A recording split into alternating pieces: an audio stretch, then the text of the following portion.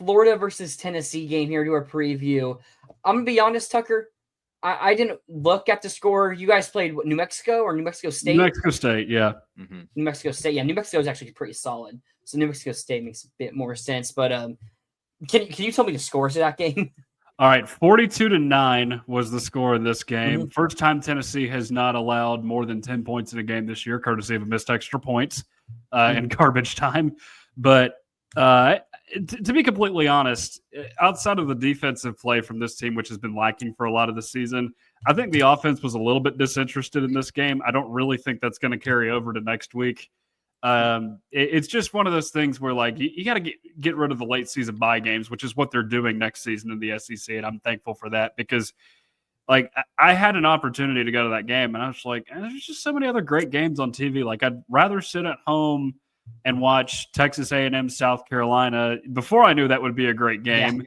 And then, later on that night, watch Ole Miss play Florida like you guys did. Mizzou, Mississippi State was a decent game at times. And then Georgia and Texas, I should say, that one was phenomenal as well for a little bit. So, yeah, why would you go and spend time in that game, drive 3 hours there, 3 hours back, and then just to see a game that your team's probably going to win big but probably not care a ton about. So I guess happy homecoming for the Vols. That's about all I got on that game. Sam, so Joe Aguilar had 2 picks in that game. He did. Didn't realize that. He did. One of them was on a low throw where the DB stepped up and made a play. Poor Miles Kitzelman, man, our starting tight end. He has been right next to at least 4 of those interceptions this year that Joey has thrown. He tipped 2 of them in the Mississippi State game into the hands of defenders indirectly. And then in the other interception, I think he got hit as he threw, just trying to make a big play down the field. So a lot of the interceptions this year have been forced by defenders making good plays, but there have been a few, like say the ones in the Oklahoma game, and then in the one in Tuscaloosa that are more squarely on him. Although I think going to Alabama, that interception I think was more an effect of bad management of a game at that point in time, which is something we will get into later, I'm sure. Yeah, and this is perfect because I kind of want to start off talking about our defense against your guys' offense. Oh, sorry, no, I had it reversed. That's my fault. No, I wanted to talk about our offense against your defense. It's kind of the weaker spot of both of our teams here. And if we look at Florida's offense, the Florida's offense having the explosiveness in this game in the game against Ole Miss last night, it was a bit of a surprise. Now, Ole Miss defense is not that great or that good even. It's played well at times, but, gave up a score on every drive to Georgia, allowed Oklahoma to hit some explosive plays on them as well. But Florida's offense really had not done much all year besides the Texas game and a little bit against A&M, but Georgia, couple plays, and then just shut down by Kentucky. So I wasn't really expecting anything against Ole Miss, but Lagway was able to find some deep shots to keep us in that game. And I know Tennessee's defense is also a pretty big question, kind of like Ole Miss's. And maybe it's something we can repeat and hit some big plays in your defense again, like we did last night. Yeah, I'm trying to figure that out too, because Florida, I can never get a feel for Florida. It doesn't matter the year, unless they're just really good. When Florida is not having a good year, they are never truly a bad football team. I've seen 3 different Tennessee teams lose to Florida in the Swamp, where Florida had losing seasons within the last 15 years. And granted, 2 of those seasons, Tennessee was not good. The other one, the most recent one in 2023, Tennessee was at least an 8-win team at the regular season, won a Citrus Bowl. I do not know what to think about DJ Lagway this season. Like, he's in that group of quarterbacks with Lenoris Sellers and Arch Manning where there's all this talk about the upside and what this guy can do when he's at the highest of his highs. But the lows are lower than any other quarterback in the SEC. See the LSU game this year and those 5 interceptions. Like, it can get ugly with him. Now, Tennessee defensively, there's been a few different things that I think have been problematic. I don't think scheme is a huge problem for this team. It's more about personnel and fundamentals at this point because they don't tackle well. They haven't tackled well for most of the season. And then when you look at the personnel problems, one of the issues this year is they're just thin on the interior defensive line. They have talent they've just been thin for a lot of the season. Like you got two pretty good starters, and then everybody else is a young guy who, again, I think they're all talented, but it's just going to take some time for those guys to get acclimated and get really good in the system. And then you look at the secondary. The personnel has been a real problem there for a lot of the season. Two cornerbacks, actually, at the moment. You've got Jermon McCoy, who blew out his ACL in a workout back in January. And then you got Ricky Gibson, who got injured in that game against Syracuse and has not returned for this season. They keep teasing that McCoy is going to return at some point this season, which feels very stupid to do at this point. Like at this point, he's still a late first rounder in the mock drafts. Just go on your merry way at this point, I feel like. So that's been a similar situation. Yeah, that's been a real problem for Tennessee this year, the injuries there. The safety depth, particularly free safety, has not been good this season for Tennessee. Need to portal there a little bit. They did take a loss in the portal with Jacoby Thomas leaving after the spring. That I think was probably the more effective of the notable losses in the spring for Tennessee, more than the one at quarterback, which you covered up with Joey Aguilar. But and then there's another problem, too, in the secondary that I've yet to address. And it boiled over today, as you guys might have seen, with Boo Carter officially being dismissed from the Tennessee football team. He's claiming that he was injured in entering the portal by choice, and in reality, that's not the case. We'll talk about this more on the Tennessee show tomorrow night, but there are a lot of layers to this situation. It's been developing since June or July. But this has been a problem for a while. We kind of knew he was a dead man walking here, and he's finally being pushed out the door.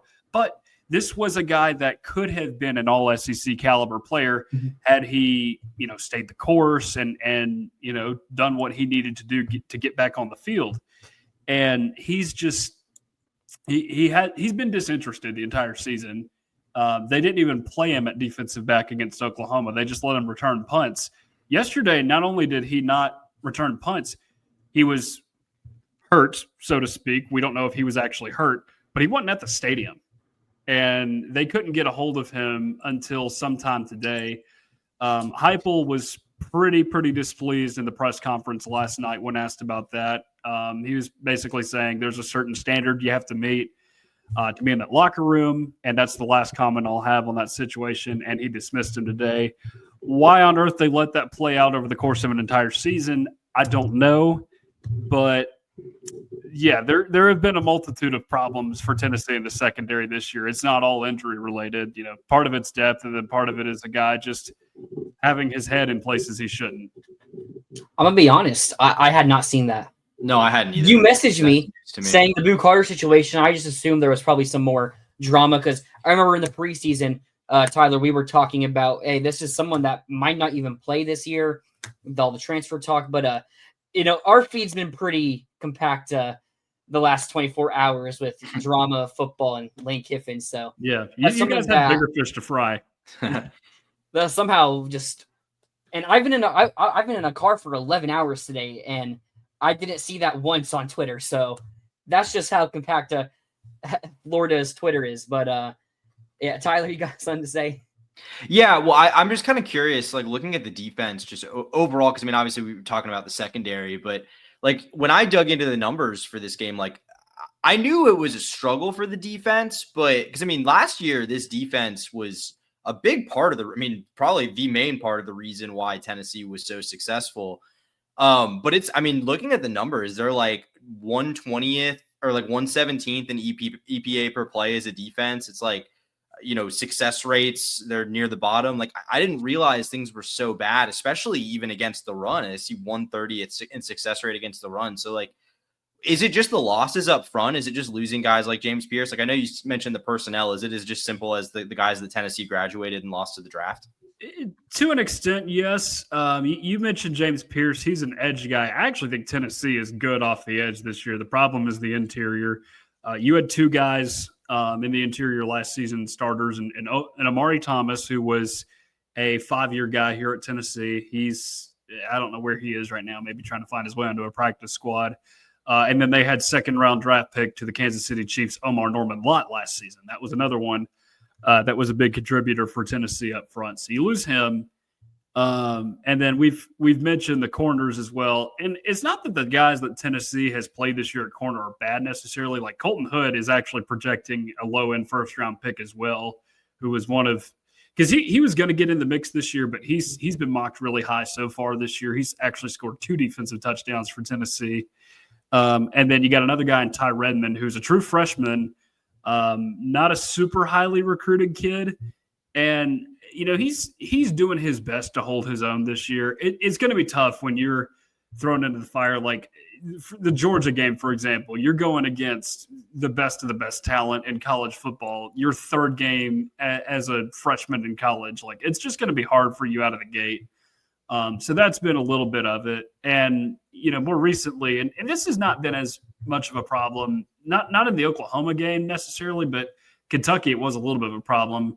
And it's something that we need to keep an eye on this week in the availability report. But Arion Carter, the stud linebacker for Tennessee, he has been in and out, just dealing with some injuries. He did play a little bit of the Oklahoma game, but not a ton. Did not see the field against Kentucky. Did not play yesterday either. So that's a guy that is a vocal presence for Tennessee on defense that has been missing for a couple games now, really. But Tennessee is optimistic about what it has there at linebacker outside of him, because you got some young guys in Edwin Spillman and Jaden Perlotti who have made some pretty measurable impacts this year for this team, and we're excited to see what they can do in the future. Yeah, so you bring up the interior of your defensive line being more of the problem. Tyler and I both can attest to this. Florida's offense is at its best when we can consistently run the football. You look at the Texas game, probably our best offensive game this season. Jaden Ball was able to go for over 100 yards. I think it was only 4 yards per carry or something like that, but a lot of that was like fourth quarter. We're just running the clock out and Texas weren't committing, but he had a really good game against Texas. But then outside of that, you look at the Ole Miss game where we put up 24 points in the first half. What were there? So it was those 3 touchdowns, deep ball, and then a pick where we started in the red zone. So we could not score running the ball at all against Ole Miss. And in the second half, when Ole Miss took away those deep shots or Lagway missed them, our offense did nothing. So if your guys' weakness is maybe interior on the D-line, maybe this is a game where Florida could figure out how to run the football at a higher rate than we've done so far this season. Yeah, it's kind of tricky because this defense has shown up in places, but it's not consistent. Like, there have been multiple defensive touchdowns this season that Tennessee scored. You had one against Syracuse. You had 2 against Mississippi State, actually. Yeah. You forced 3 turnovers against Arkansas, but you didn't score. You only capitalized on one of them offensively. And it's not as if they haven't been able to stuff the run at points this year. Like, they did well against Bama, although Bama is not a very good run offense whatsoever. You look at the Oklahoma game, the numbers are a little deceptive there, especially on the ground, because I actually think Tennessee did a really good job in the first half defensively of holding its ground. The offense just wasn't able to break through enough in that first half, and it just felt like eventually the dam was going to break for Tennessee defensively, and sure enough, it did in the second half. So they have showed up at points this year on the defensive end. It's just very sporadic, I would say.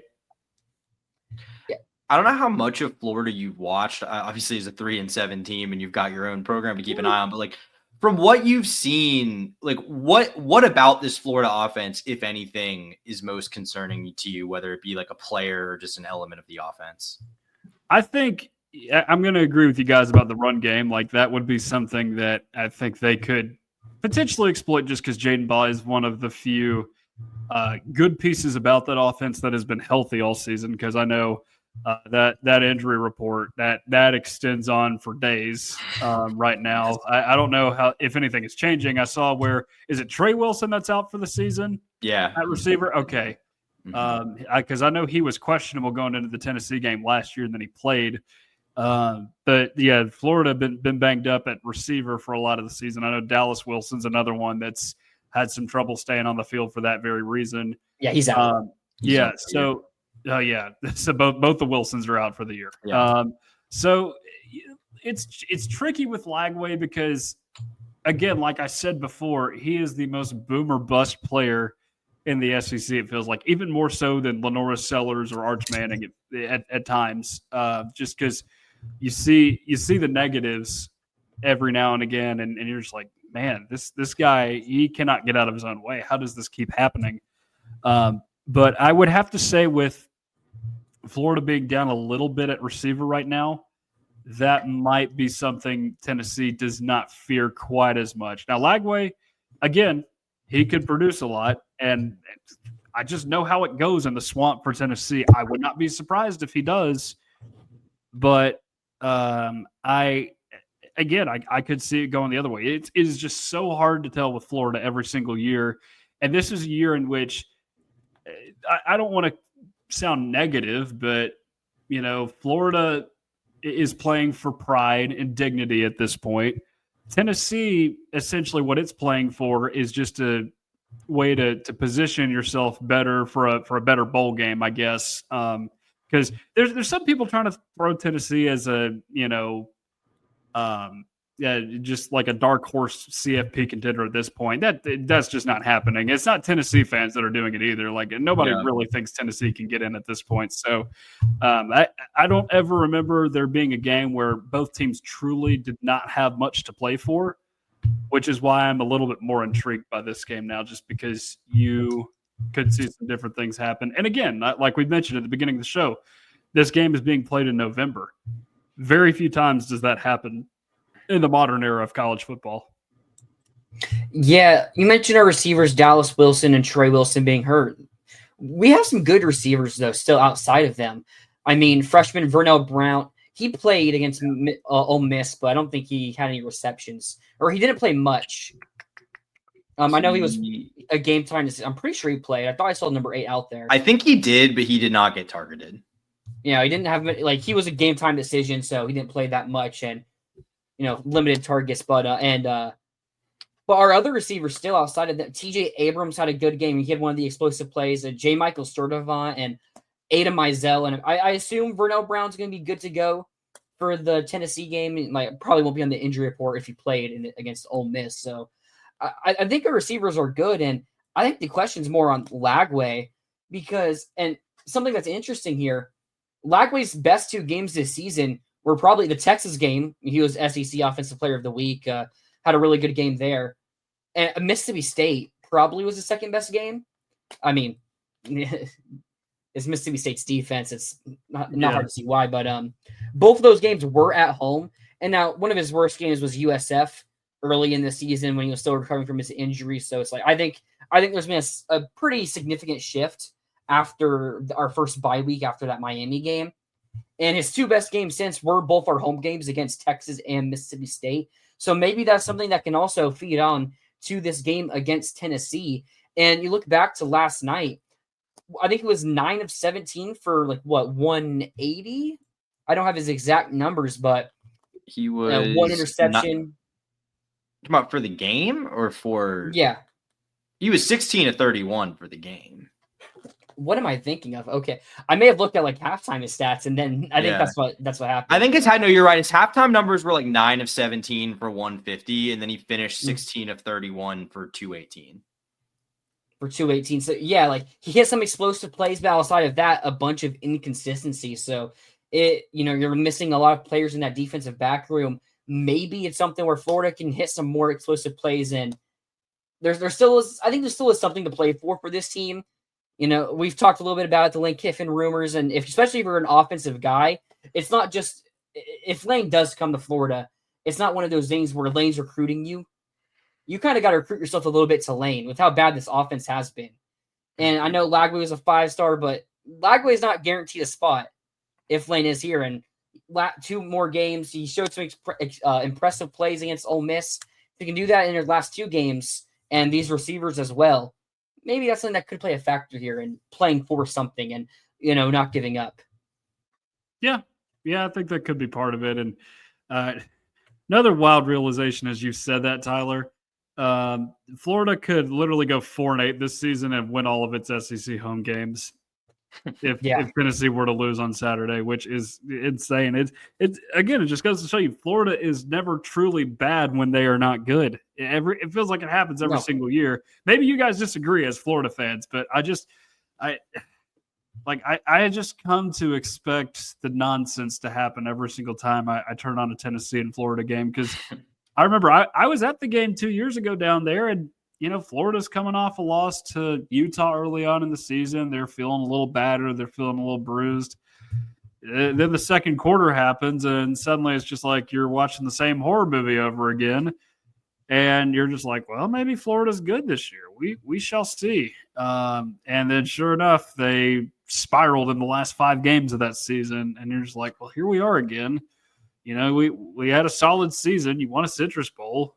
And, you lost to some teams that were pretty good, but Florida is one of those teams, and they weren't that good of the 4 teams that you lost to. So I definitely do think it's not like you don't have anything to play for at that point. It's just, a little bit less is at stake than usual. Sitting at 3-7 is kind of what it feels like. And the same is for Tennessee too. Like you're just trying to improve your bowl position at this point. Yeah, you mentioned even when we're bad, like we're still not like a bad team. Like that 2023 season, our final 2 games, we should have beaten Missouri, who was a top 10 team. We gave up a 4th and 17, and that's after Graham Mertz also got hurt early in the 4th quarter. That's a game we probably should have won even with the backup. And then FSU, they were also missing their starter in that game, another top 10 team, and that was a close 4-quarter game as well. So this team, even when they're bad, it's the talent. Florida's always going to have talent, and if that talent's able to wake up for 1 or 2 games against a good team, they're going to put a scare on you like we did Ole Miss last night, and what we did to Georgia a couple weeks ago. So that's a very good point about Florida's bad, but we're usually not that bad. I'd say 2017 we were pretty bad. Like I don't know if we really played any good teams. Even that team, I agree. That was the one year that Florida was actually really bad. Still beat Tennessee in the swamp. Still beat them in the swamp. Hail Mary. Jim McElwain has 2 of the luckiest wins over Tennessee of all time. And I was at both of them. It was fun. Yeah, it depends on who you ask. All right, we'll switch things up here. Start talking about Florida's defense now against Tennessee's offense. And I'll start here talking about Florida's defense a bit because this is a very interesting defense. You look at last night's game against Ole Miss, where Kawan Lacey ran for over 200 yards, but for the most part, we kept Ole Miss out of the end zone. Now they scored 34, but that includes a touchdown when they could just need the ball out. That's kind of reason Florida fans do want Lane. Instead of just needing it out, he goes for a touchdown when you don't need to. But they get that touchdown, and our defense was able to make a lot of plays, especially during the 3rd quarter. It's the 4th quarter when we couldn't get the stops, and we got some goal line stand. We got a goal line stand in the 3rd or early 4th quarter as well. So this defense is really good when it wants to be at bending but not breaking.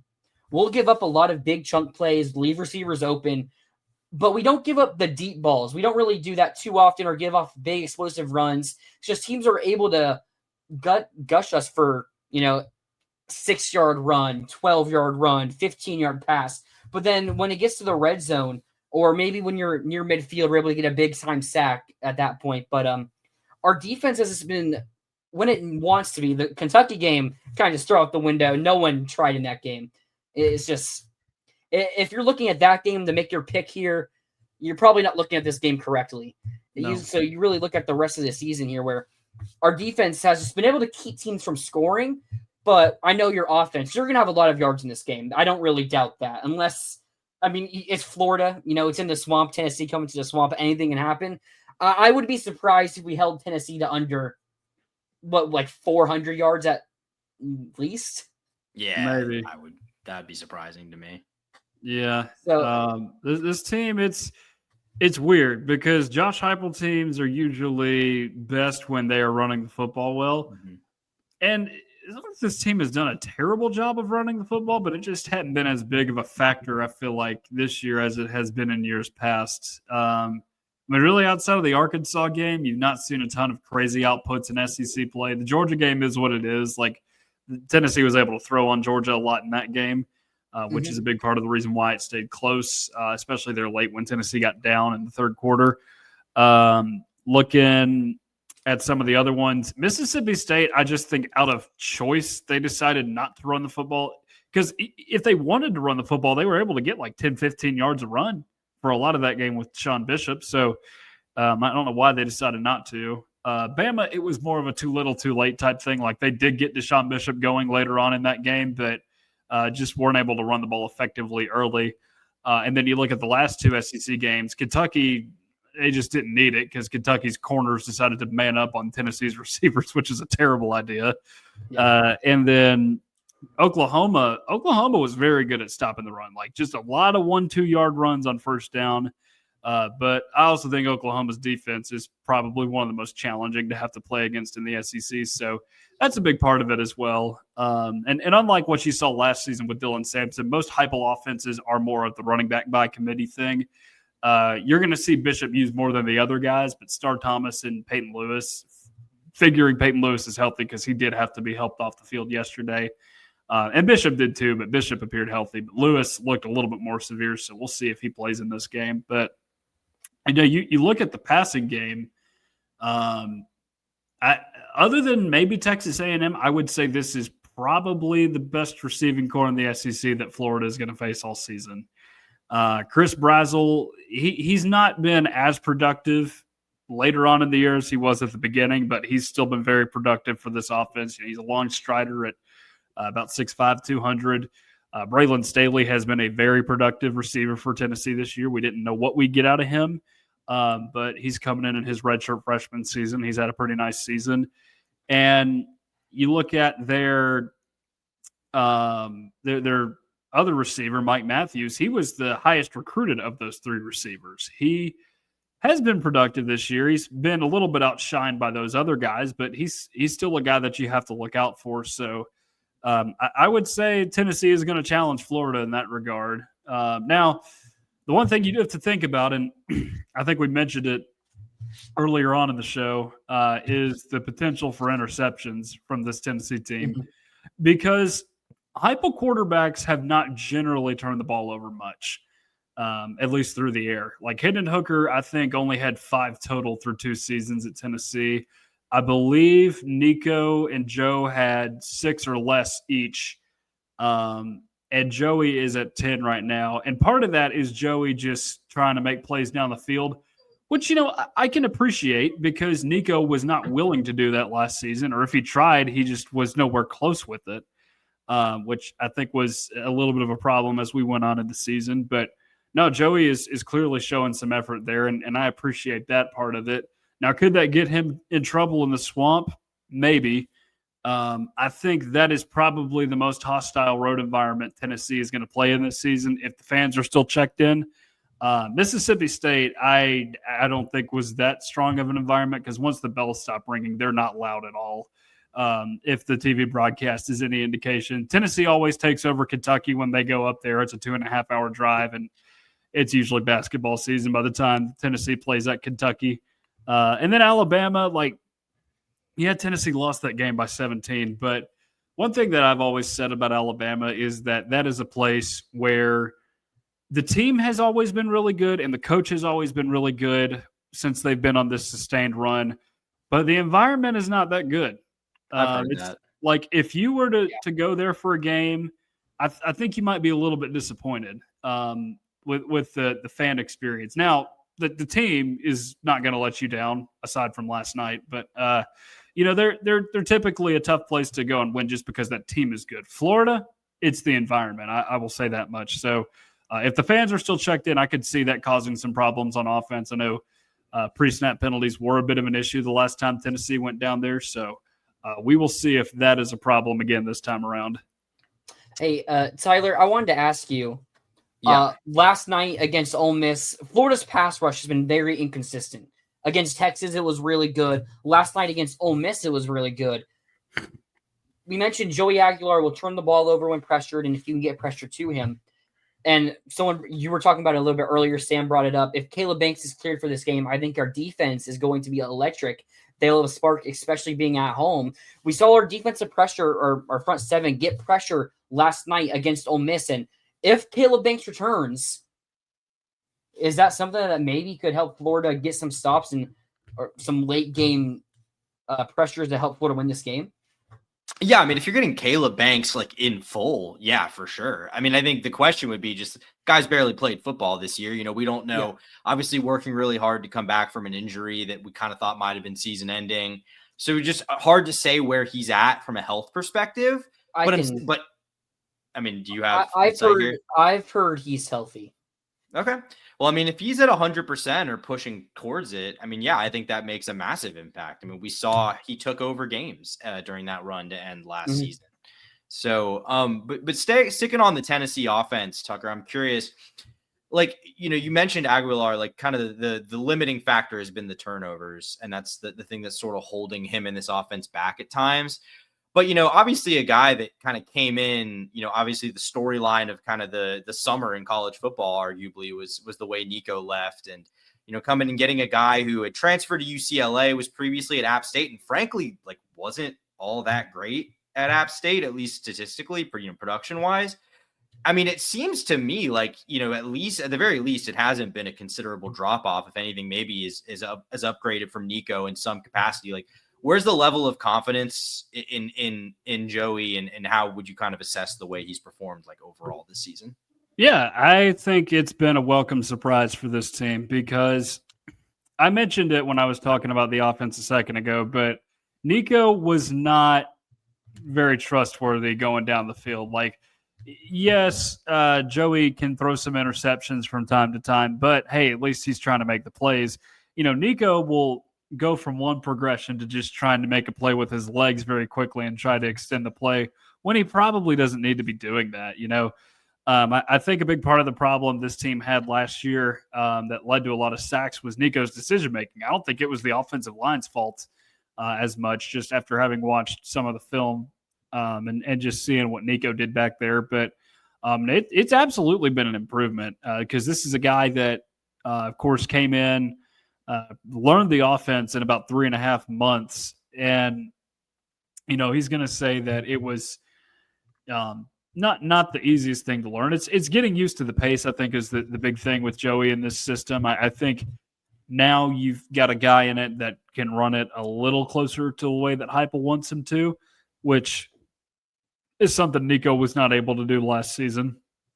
But overall, he's got a very calm demeanor about him, and I think he's very grateful to be where he is. And his family's really embraced Knoxville too, and that's something that, well, I mean, you love to see that with any quarterback, but just particularly with what happened with the last quarterback at Tennessee, you really like to see that, because Nico's dad was constantly going at it with people on the social medias, journalists and fans alike, and then just – it came out that he was the one that was asking for a few more $1 million. They wouldn't give it to him, and then he moved Nico out to UCLA. So if you are asking who won the quote-unquote trade between Tennessee and UCLA, it's absolutely Tennessee. We figured that out at the beginning of the season, but I think that's been proven now that UCLA is sitting at 3-7. Even though he didn't play yesterday because he apparently had a concussion, I just don't think he wanted to relive the trauma of playing in Ohio Stadium again.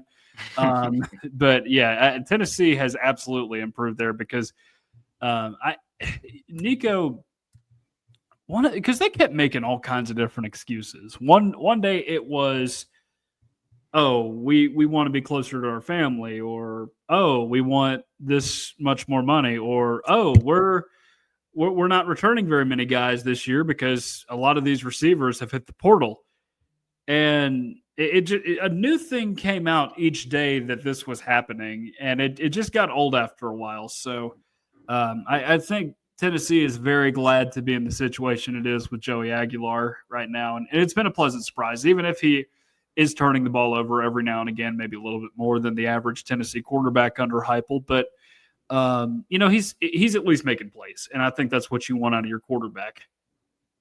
As a bit of a tangent to that, this is kind of a little bit unrelated to this matchup specifically, but I'm just curious, like in general, what do you make of the sort of, because there's been, from what I can tell, kind of a strain of anti-Heupel sentiment that bubbled up really kind of after the Oklahoma loss. what do you make? Because to me, it seems insane considering he's still going to have this team potentially sitting at like 9-3 and what, for all intents and purposes, with everything you lost on both sides, like seems like it should have been a rebuilding year, replacing the quarterback in the fall, like, and it's worked out for the most part. Like that seems insane to me. Like, what do you make of that kind of vibe? So first and foremost, Tyler, they are the national media pundits are perpetuating two idiots online as the entire Tennessee fan base. That's the first thing you need to know. There's not any true anti-Heupel sentiments going on out there. But I think there have been some things that have happened in games this year that have held Tennessee back that I think are on Josh Heupel a little bit, because you go back to the Georgia game at the beginning of the season, you have a chance to walk them off. That entirely changes the trajectory of the season if you can do that, and you don't do it in part because of clock management. You had 7 seconds left when you attempted the field goal. You couldn't run another play, just get it to the right hash and get Max Gilbert a little bit more comfortable. That's a bit of a tricky play right there, tricky scenario. So I am not as judgmental of that one, but there have been more things that have happened down the stretch that have caused some discomfort, like no, he's not gone. Don't worry. Mississippi State game. They got the ball with 2 minutes left. They go down and kick a field goal and win the game. They let all that clock run out with 2 timeouts. Now, the good news is they won the game in overtime, but had you lost the game, people would have been very upset by that. Then you have the Arkansas game. They're up 34-17. Arkansas scores 2 more touchdowns. You punted twice on the other side of the 50-yard line. Both of the punts were touchbacks, and it took Arkansas approximately 1 play on each of those possessions to get to where you had punted the ball away from. So that in-game management was questionable. The end of the first half at Alabama, that play on the goal line, that was a poorly managed sequence that ultimately led to a poorly designed play when everybody and their mother in Tuscaloosa knows, hey, they're going to pass it here. They don't have any timeouts left. And sure enough, they passed it. Joey doesn't put the ball in quite the right place, and Alabama's running it back for 6. Kentucky, not a problem. The Oklahoma game, you're down in the fourth quarter. You've got I think you had timeouts at that point, but you're down 2 scores at one point in the game with 9 minutes to go. You're not hustling up to the football. And I think that's something that is a little bit of a concern if you're watching that as a fan. Like, I don't want to see my team loafing around to the football in a game that you're trailing in. And there was a play call in that game that was, a little strange. Like, it was essentially the same play they ran at Alabama on the goal line, except with a true freshman tight end. So it was just like, why would you call that play right there? Like, there have been some things that he's done this year that I think have potentially kept this team from achieving things that it could have achieved this year, like maybe a college football playoff appearance. You could have beaten Georgia and Oklahoma at home. I'm not going to say they would have beaten Alabama and Tuscaloosa, but if you in that second half differently, you're not going down 23-7 at half. Maybe it's 16-14 instead. So no, you are not looking at a case where you need to fire Josh Heupel, but some things need to happen within the program. We've discussed these on our show in the past, where and there's this whole national discourse going on right now about play caller head coaches. Like, is that really a sustainable thing if you're trying to win a national championship?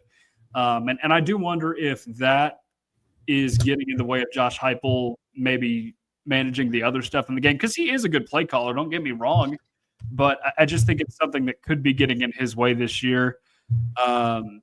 There's talk with the defensive staff. Like, Tim Banks has been around for a long time, and he had that defense in a good spot last year, but they were also going against bad offenses. And then this year, they've just not been quite as good. So he's not up for any head coaching jobs anymore. So, at what point do you move on there? I don't know if it's this year or what.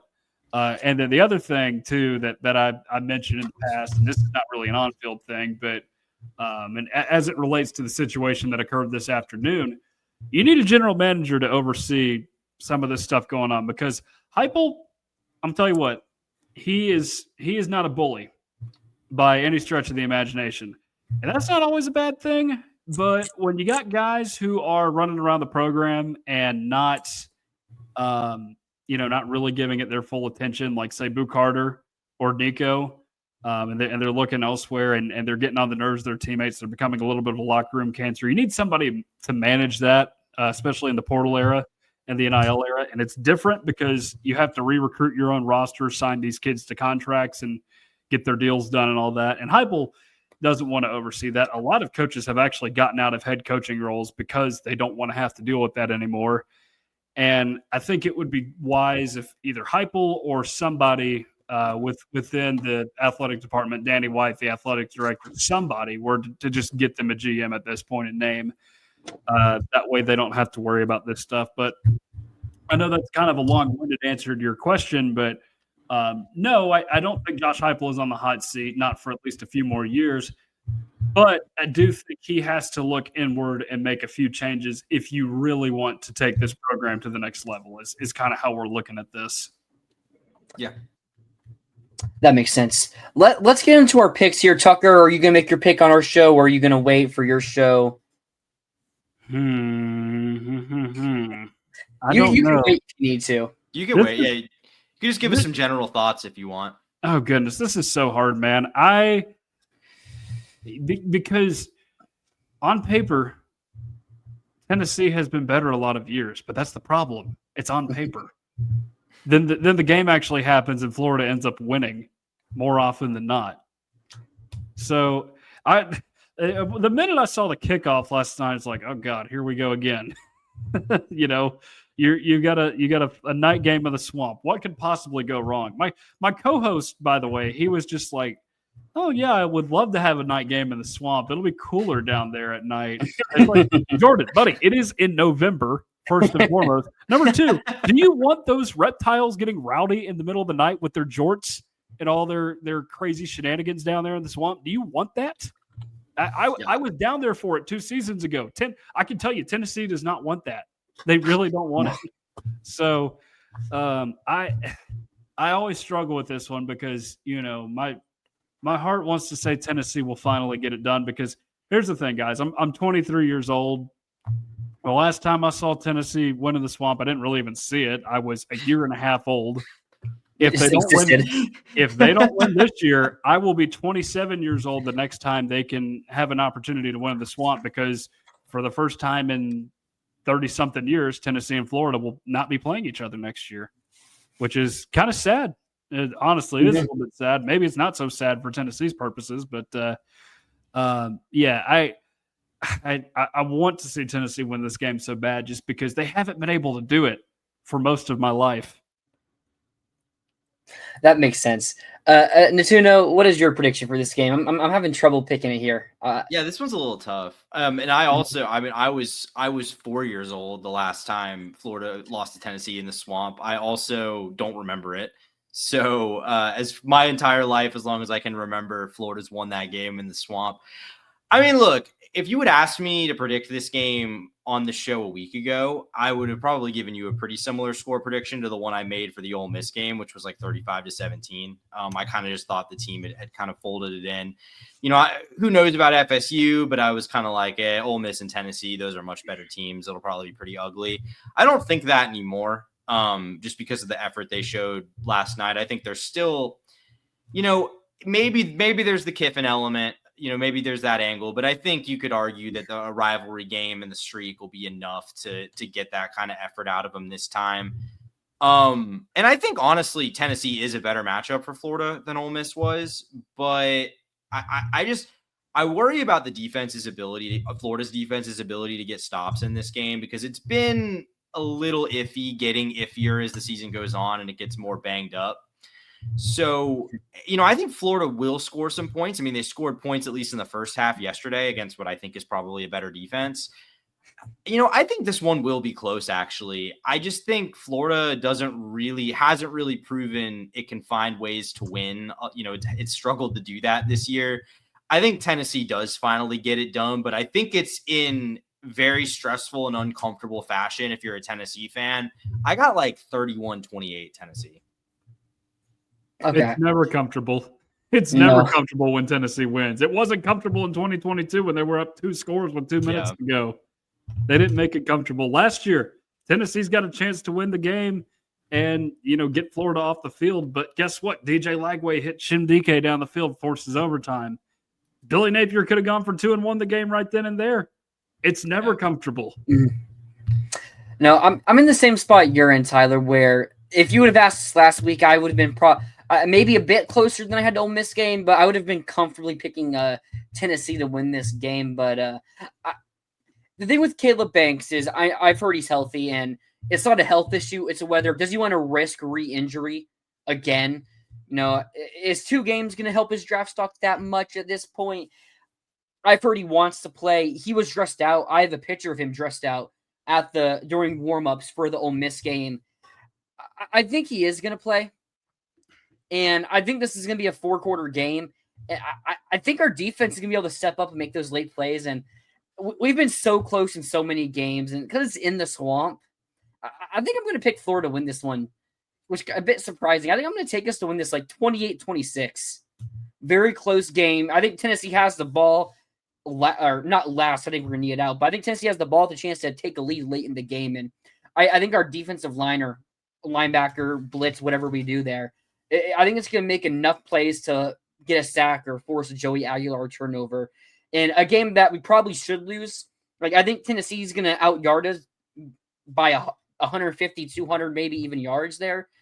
And I just think it's going to be enough shenanigans. I think our defense is going to get enough stops in the red zone or just get those turnovers that the offense is going to be able to do enough and defense is going to get enough stops where I think we're going to be able to sneak away a win here because you mentioned it. We haven't lost an SEC game in the swamp this season, which is just wild to think about when we're 3-7. And of course, our one home loss was the USF. But, I think we're going to be able to sneak this one out. I do think the team has a lot to play for. And yeah, I think it's going to be a close, fun game. And I've been to so many of these close SEC games the past couple of years where Florida's probably been the worst team and found ways to win. And you mentioned how Tennessee, that's kind of always what happens. So I'm gonna stick with history and predict us to pull the upset. Well, I would not be surprised by that at all. Let me tell you, having seen plenty of those. Your score prediction is pretty much just the 2015 game repeating itself, except maybe not a blown lead. I don't know exactly, but no, there's always some nonsense that goes on because you ask Kentucky fans what they think about Tennessee. It's what Tennessee fans think about Florida. When are we ever going to beat these people? That's just what it feels like every year. Now, thankfully, Tennessee's had a little bit of success against Florida, but Kentucky, the last time Kentucky had a winning record against Tennessee is before the Great Depression. That's a long time. So it was pre-Bear Bryant. They weren't even doing it during when they had Bear Bryant. They had a few wins, but they were. I think Tennessee is up 86-27 now in the series all time. That's crazy. It's wild, man. I'm glad Tennessee kept them on the schedule and the permanent opponents for that very reason, man. It's not so much mental games there. Tennessee will blow them out a lot of years, like this year, for example, and then 3 years ago it happened. Last year they probably should have blown them out, but didn't. But now Florida, the losses in the swamp are usually by double digits if they happen. But I've seen some silly ones too, where you had the phantom catch in Neyland Stadium where Florida ends up winning that game in the early 2000s. I was at the god awful 10-9 game in 2015, or no, it was 14. Because I remember Butch Jones and Will Muschamp are responsible for 2 of the worst Tennessee football games I've ever been to. Yeah, the 10-9 game in 2014, and then South Carolina played Tennessee in 2017.